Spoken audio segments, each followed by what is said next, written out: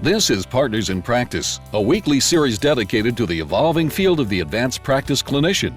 Here is your host nurse practitioner, Mimi Secor.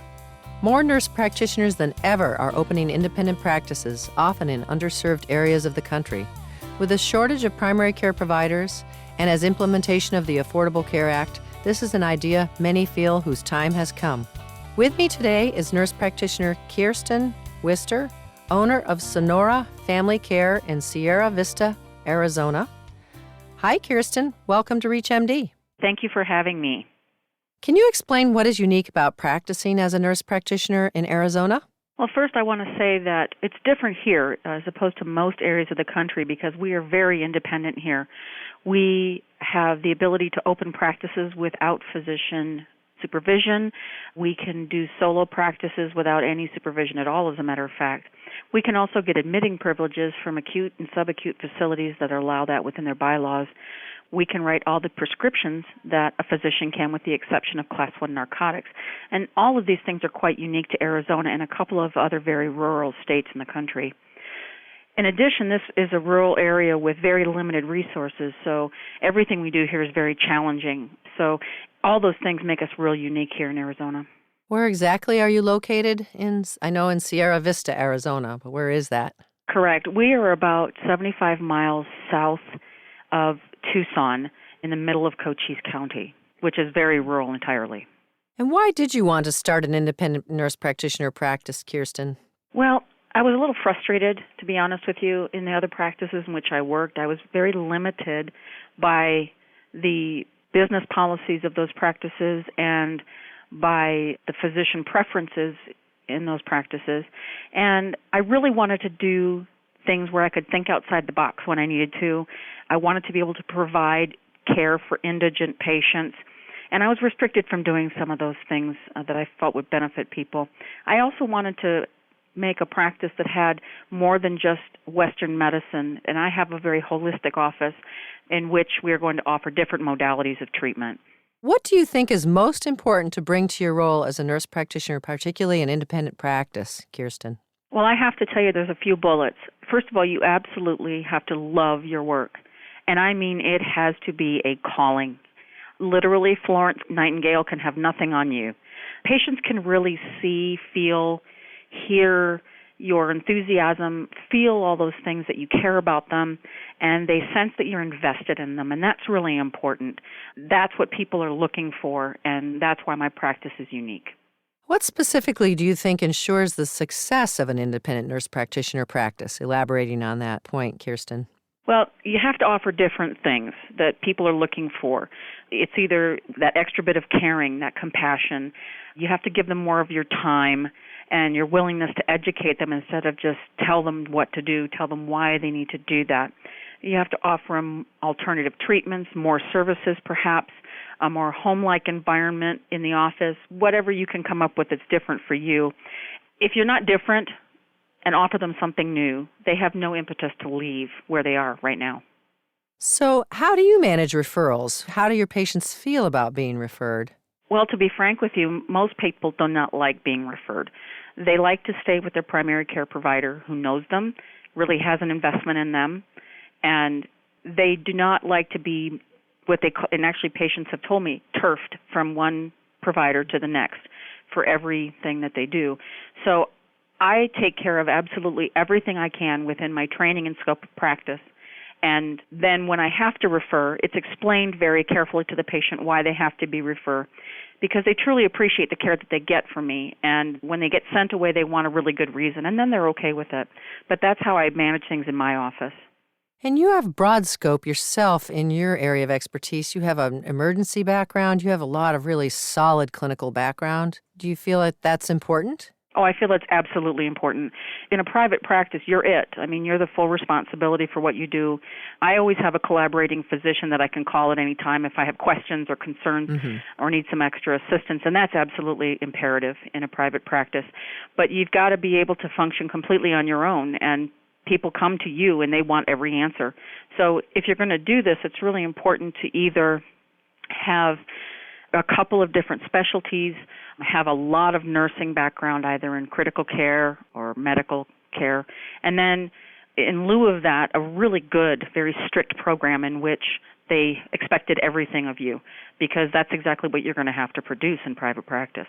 So what about physician collaboration? Is it required in Arizona? Do you have a collaborating physician? Obviously, you said you did. And how did you select that individual physician? Well, in the state of Arizona, we are not required to have a collaborating physician under Arizona revised statutes. However, I think it's very poor planning and practice not to have collaborating physicians.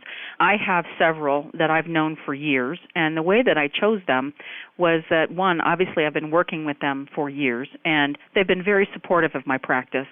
And you need physicians for certain things still, according to Medicare guidelines, like hospital admissions and home health hospice co-signatures and those kinds of things. So you have to have one even if you don't by law to practice. My personal ones I've known for more than 12 years. They've been very supportive of me, and they respect what I do and realize that I have something different to offer and don't see me as competition. They see me as something different that they can use and actually refer patients to me from time to time. If you're just joining us, you're listening to ReachMD XM160, the channel for medical professionals. I'm nurse practitioner Mimi Secor, and I'm speaking today with nurse practitioner Kirsten Wister, owner and director of Sonora Family Care in Sierra Vista, Arizona, and we're discussing her experience starting and managing a private, independent nurse practitioner practice. So, Kirsten, how did you develop your patient base to enable you to open, and what are your best sources of patient referrals? Well, I had a patient base here because I've been in this county for 5 years now almost, and my patients have followed me from one place to the next, which has been really just wonderful. Additionally, I work in the emergency room and in our urgent care center, and the providers there, as well as myself, find that many people who come here for treatment really just need a primary care provider, and no one will take them because they're too full, they have the wrong insurance, however you may see it. And then those providers give out my business cards and say, hey, this lady will take care of you. And I get a lot of patients that way. And then word of mouth in a small town is absolutely necessary. One of the things I want people to understand, if you're a nurse practitioner considering this, if you are in a large city or in a small area that has lots and lots of physicians who feel that they quote-unquote own the area, that's going to make it very challenging for you, which is why it's best if you stay where you know people and can get their support. But they come from everywhere. You know, they come from hearing this program and they hear it from my newspaper ads. But word of mouth in a small town is extremely important. So a reputation that is good is the best advertisement for you. What's most challenging about starting a private nurse practitioner practice? Well, I don't think I could pick one thing, Mimi, to be honest with you. It's all hard. Yeah, even in the perfect situation, just getting the door open literally takes the equivalent work of like 6 full-time employees for 3 months. And I did all this myself and my husband and some volunteers. So credentialing is also a nightmare. For example, in Arizona, there are several companies that do not recognize nurse practitioners as primary care providers. And I have had to scratch and claw my way through to corporate level to get those things done. And I did get them done, but it's very difficult and very, very time-consuming. Third, I guess, financing. I mean, what else do I need to say about money? It's tough out there. Nobody wants to finance anybody, and it's real tough. And then, of course, finding an appropriate property. That's awful. Volunteers, painters, you name it. It's all hard. How large an office do you recommend when starting out, and how did you locate office space, and how big is your office physically, Kirsten? Well, I would start out minimally. I mean, you have to be okay with that, but you have to have a big enough space where if it starts to grow, you can grow with it.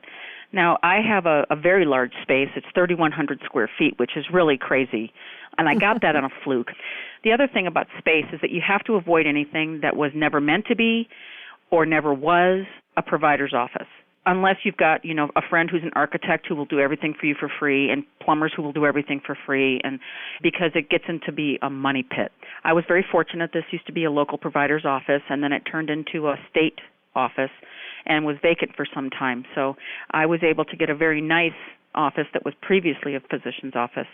But starting out too big can be a real problem. And in my office, I only did, to open the doors, I did 2 patient rooms out of the 9 that I have. And I did the front area and the administrative area, and that was it. I didn't do anything else because that was the minimal amount of money I needed to spend to actually get the door open. Once we opened the doors and we got some money coming in, now we're doing one more room, and then we'll do one more room, and we'll keep plugging away at it until we need to, get another provider. What other staff do you have, and what do you do about billing, ordering supplies, medical assisting? Do you have electronic medical records? So I started out with an all-volunteer staff. They were patients who wanted the office open, frankly. And they said, we'll even come in and work for free. We'll paint, we'll clean, we'll move furniture, we'll put things together. We'll do anything to help you get open. And that was truly a gift. And I still have a lot of volunteer staff who do my chart stuffing and those kinds of things. Right now, staff-wise, I have a full-time receptionist who is brilliant at what she does. She knows about credentialing. She knows about all the insurance things. She knows so much stuff at that front desk. And she's just a charming person, which is very important. And then I have an LPN that I hired. He works weekends at a local nursing home. He's wonderful and just great with people. And he came to me and asked me even to volunteer all week long, because he wanted to be part of something that he felt was really important and really helpful for the community. So that's how I've staffed my office. It's really kind of crazy. Billing, ordering supplies, medical assistance, that kind of stuff. I do all that myself.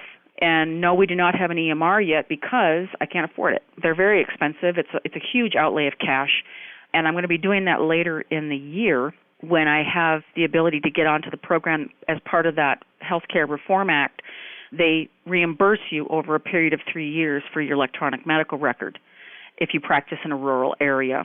But it's a huge outlay to begin with, and I'm going to probably be doing that at the end of the year. Well, your story is inspiring with the volunteers and, how they just came to you because they wanted you to do this. What medical legal advice do you have for other nurse practitioners considering independent practice?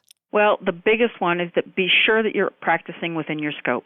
Many states are cracking down, including Arizona, the last few years on being specialty certified nationally in every single patient you touch. So if you're a family nurse practitioner, for instance, and you're in the emergency room working, you should not be seeing people that you could not take care of adequately in an office. Those kinds of things. Stay within your scope or you'll get in trouble. FNPs are allegedly really well covered in their education, but internal medicine and OB care can be way over the head of some of that training, especially the internal medicine portion, because these are some sick patients. We have some very sick patients. And it's best if you're either, like I said, an NP with a lot of experience behind you or a real good program, or if you had some really great preceptors. I had a wonderful OB preceptor. I had a wonderful internal medicine and pulmonology and lots of other things. So you have to really make sure you've got all that training behind you, and if there's anything in your head that says, gee, I wonder if I should do that, then you shouldn't. And that's my best medical legal advice I can give. Excellent advice. What's most rewarding about having an independent nurse practitioner practice, Kirsten? I think the most rewarding thing is that I get to practice the kind of medicine that makes my heart feel good, if that makes sense. My patients have told me over and over, I feel like you're part of my family. And I feel like they're part of my family. I care for them the way that I would care for my family members and hope that someone would want to care for me. So the most rewarding thing at this point is that I'm really doing it. I mean, I'm really in there and I'm doing medicine the way I want to do medicine, and I'm going to be offering patients more services so that I can keep them closer to me and save them time and effort. And I think it's really important in these small communities. That's just a huge thing for me. It's not about money at all. Matter of fact, I don't even pay myself. I have to work a second job to pay myself. The clinic doesn't pay me. And it doesn't matter. It doesn't matter because I'm really doing what I want. I'm going to be able to one day retire and say, wow, I really did something wonderful for 20 years of my life, and I'm very blessed. Exactly. So as we wrap up, do you have any final comments you'd like to share with our listeners? Well, just two, I guess. If you're an NP and you really want to do this, then find a way to do it. But be prepared for a huge commitment and a huge amount of work, and the rewards will be there. And if you're a physician listening, I would ask that you give NPs a chance. There are, like physicians, there are some really great NPs out there, and there are some that could be a lot better. But some of us really are good at what we do and love it and want to support you and need your support. So let us show you what we can do. Thank you, nurse practitioner Kirsten Wister, owner of Sonora Family Care in Sierra Vista, Arizona. Good luck with your practice. It's been a great pleasure talking with you today. Thank you so much, Mimi. You've been listening to Partners in Practice on ReachMD XM 160. You can download this program and any other program in our library at reachmd.com. You can also follow us on Facebook and Twitter. Thank you for listening.